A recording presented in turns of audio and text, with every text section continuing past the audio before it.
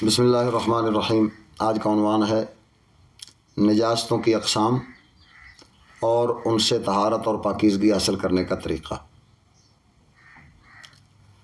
بنیادی طور پر نجاست کی دو قسمیں ہیں، نجاست غلیظہ اور نجاست خفیفہ۔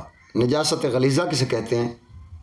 شدید قسم کی اور سخت قسم کی جو گندگی اور پلیدی ہے اس کو کہتے ہیں، اور نجاست خفیفہ وہ نسبتاً کم درجے والی، ہلکے درجے والی نجاست کو کہتے ہیں۔ اب نجاست غلیظہ یہ کیا چیزیں ہیں اور نجاست خفیفہ یہ کیا چیزیں ہیں؟ نجاست غلیظہ میں انسانوں کا پیشاب، پخانہ اور اسی طرح بہتا ہوا خون، شراب، مردار جانور اور اس کے اجزاء، سور اور اس کے اجزاء، سور مکمل نجس العین ہے، کتے اور سور کا جوٹھا، حرام جانوروں کا پیشاب اور گوبر پخانہ وغیرہ، یہ ساری چیزیں نجاست غلیظہ میں شامل ہیں۔ ایسی نجاست میں سے اگر 1 درہم کے برابر شریعت مطہرہ کے اماموں نے لکھا، وہ درہم کتنا ہوتا تھا؟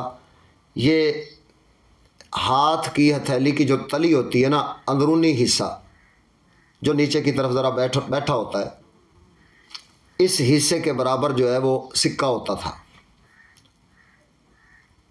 تو ہاتھ کی ہتھیلی کے اندر جو گلائی ہوتی ہے، اس گلائی کی مقدار کے برابر اگر نجاست لگ جائے جسم پر یا کپڑوں پر، تو پھر ان سے نماز پڑھنا وہ جائز نہیں رہتا۔ لہذا اس سے جتنی دیر طہارت حاصل نہ کی جائے نماز ادا نہیں ہوتی۔ اور نجاست خفیفہ یعنی ہلکے درجے کی نجاست وہ کیا ہے؟ جیسے حلال جانور جن کا گوشت اور دودھ وغیرہ پیا جاتا ہے، ان حلال جانوروں کا پیشاب پخانہ وغیرہ، یا بعض پرندوں کی بیٹ وغیرہ ہوتی ہے، تو یہ نجاست خفیفہ شمار ہوتے ہیں۔ لہذا نجاست خفیفہ کا کیا حکم ہے کہ کپڑے یا بدن کا چوتھا حصہ اگر اس میں ملوث ہو گیا، چوتھے حصے پر نجاست اثر انداز ہو گئی، تو اب اس سے نماز اور عبادات وغیرہ وہ ممنوع قرار دے دی جاتی ہیں۔ لہذا نجاست غلیظہ اور نجاست خفیفہ کے احکام سمجھنے کے بعد اب ذرا سمجھیں کہ ان دونوں نجاستوں کے 2 قسمیں ہیں، نجاست مرئیہ اور نجاست غیر مرئیہ۔ نجاست غلیظہ مرئیہ، نجاست خفیفہ مرئیہ، نجاست غلیظہ غیر مرئیہ اور نجاست غلیظہ مرئیہ۔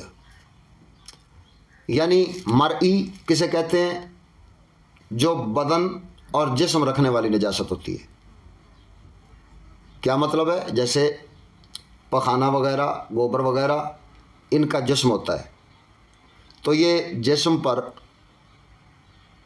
نمایاں نظر آتی ہیں، ان کا رنگ ہوتا ہے، ان کا جسم ہوتا ہے، لہذا اس رنگ اور جسم کو ختم کرنا ضروری ہوتا ہے۔ اگر رنگ اور جسم ختم نہ ہو تو نجاست مرئیہ سے طہارت حاصل نہیں ہو سکتی۔ لیکن نجاست غیر مرئی، جس کا جسم اور بدن نہیں ہوتا، جو ظاہری نظر نہیں آتی، تو وہ والی نجاست جو ہوتی ہے وہ دھو دینے سے اس سے پاکی حاصل ہو جاتی ہے۔ جسم ہو یا کپڑا ہو، اس کو 3 مرتبہ دھو دیں تو اس سے طہارت حاصل ہو جائے گی۔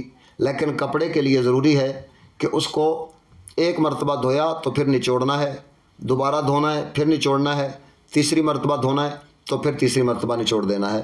لہذا اس سے آپ کی نجاست جو ہے وہ ختم ہو جائے گی اور طہارت اور پاکیزگی حاصل ہو جائے گی۔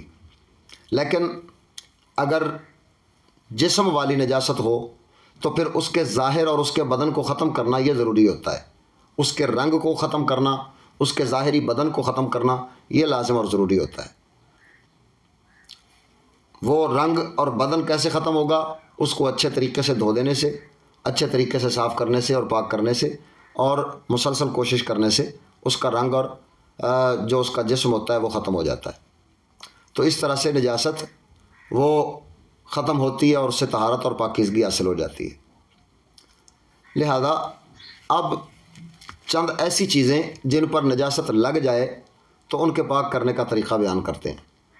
اب ذرا جن چیزوں پر نجاست لگ جاتی ہے ان کے متعلق چند مسائل ہیں جو پیش کرتا ہوں۔ ایک ہے ایسی خشک چیز اور سخت چیز کہ جس کے اندر کوئی بھی غلاظت وہ سرایت نہیں کرتی، اندر داخل نہیں ہوتی، جیسے کوئی پتھر ہے، پتھر کی چیز ہے، یا جیسے لکڑی کی کوئی چیز ہے، تو اس کے نجاست اندر داخل نہیں ہوتی۔ جب نجاست خشک ہو گئی تو اس کو کھرچ دینے سے طہارت اور پاکیزگی حاصل ہو گئی۔ لیکن اگر کوئی ایسی چیز ہے کہ جس کے اندر سرایت کر جاتی ہے، داخل ہو جاتی ہے، تو جیسے کپڑا وغیرہ، اس پر جو ہے وہ نجاست جب لگے گی تو اس کے اندر بھی داخل ہو جائے گی، تو اس کو دھونا اور نچوڑنا یہ لازم اور ضروری ہو جائے گا۔ لہذا اسی طرح سے اگر جوتے پر کوئی گوبر وغیرہ لگ گیا تو اس کو اگر خشک ہونے کے بعد کھرچ دیا اور اس کا جسم ختم کر دیا تو اب اس سے وہ جوتا پاک ہو گیا۔ لیکن اگر اس کا جسم ختم نہیں کر سکے تو پھر اس کو دھونا لازمی ہوگا، اگر دھوئیں گے تو پھر پاک ہوگا۔ اسی طرح سے اگر طہارت خانے وغیرہ میں جاتے ہیں، لیٹرین وغیرہ میں، تو ادھر جو ہے وہ پلید پانی ہوتا ہے، اگر وہ پلید پانی یا پیشاب وغیرہ اس کے چھینٹے پڑ گئے اور اس کی مقدار اتنی ہے کہ وہ تلی کے برابر ہو گیا تو پھر اس کو دھونا لازمی ہو جائے گا، اور دھوئیں گے تو ہی طہارت حاصل ہوگی، کیونکہ پیشاب کھرچنے سے اتر نہیں سکتا۔ لہذا ان مسائل کا سمجھنا اور ان مسائل کا جاننا بہت ضروری ہے تاکہ طہارت اور پاکیزگی مکمل طور پر ہم حاصل کر سکیں۔